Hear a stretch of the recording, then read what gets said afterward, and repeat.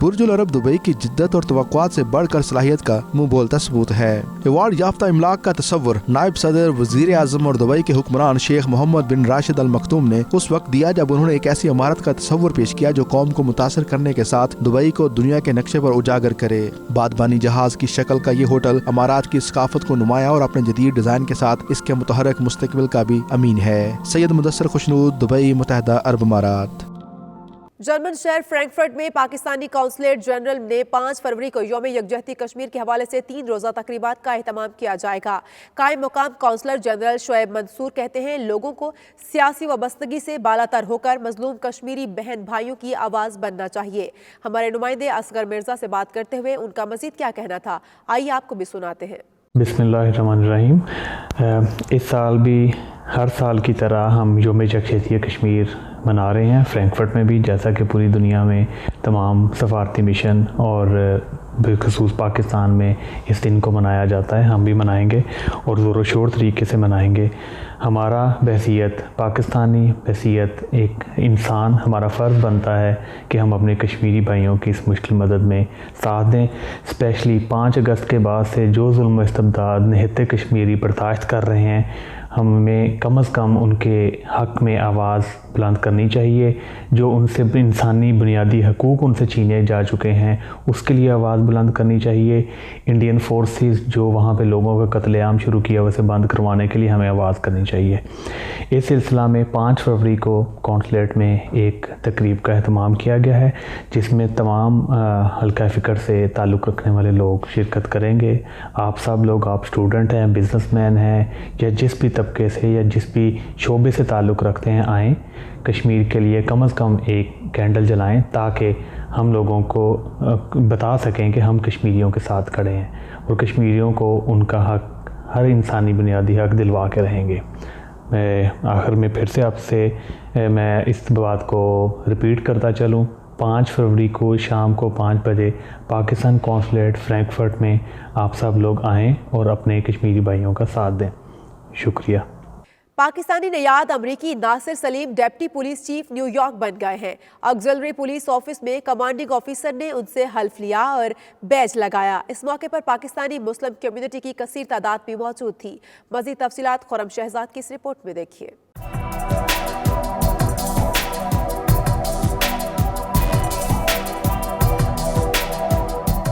New York police department آگزیلری میں ناصر Saleem deputy chief کے عہدے پر ترقی پانے والے پہلے پاکستانی و مسلم امریکن ڈپٹی چیف بن گئے. انہیں انسپکٹر کے عہدے سے ڈپٹی چیف کے عہدے پر ترقی دی گئی ہے.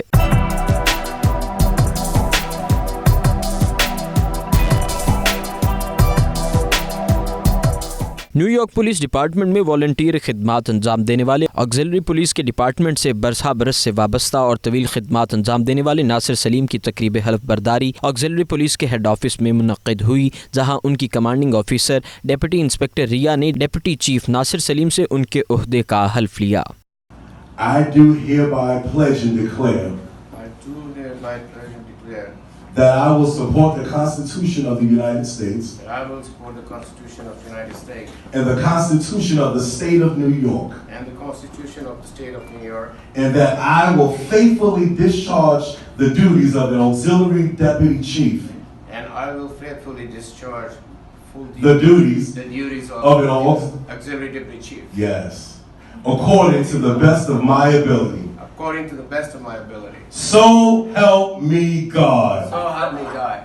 اس موقع پر موجود نیو یارک پولیس ڈپارٹمنٹ میں پاکستانی پولیس آفیسرز کیپٹن عدیل رانا اور لیفٹیننٹ زیغم عباس کو ڈپٹی چیف کے بیج لگائے. تقریب میں پاکستانی امریکن کمیونٹی کی مختلف شعبۂ زندگی سے تعلق رکھنے والی مقامی شخصیات اور ارکان کے ساتھ ساتھ ناصر سلیم کے آگزیلری پولیس مین ساتھیوں نے بھی شرکت کی. شرکاء نے ناصر سلیم کو ان کی کامیابی اور ترقی پر مبارکباد دیتے ہوئے کہا کہ انہوں نے پوری کمیونٹی کا نام روشن کیا ہے اور کمیونٹی کو ان پر فخر ہے. ڈپٹی چیف ناصر سلیم جب تقریب سے خطاب کرنے آئے تو فرط جذبات سے رو پڑے اور خطاب مکمل نہ کر سکے.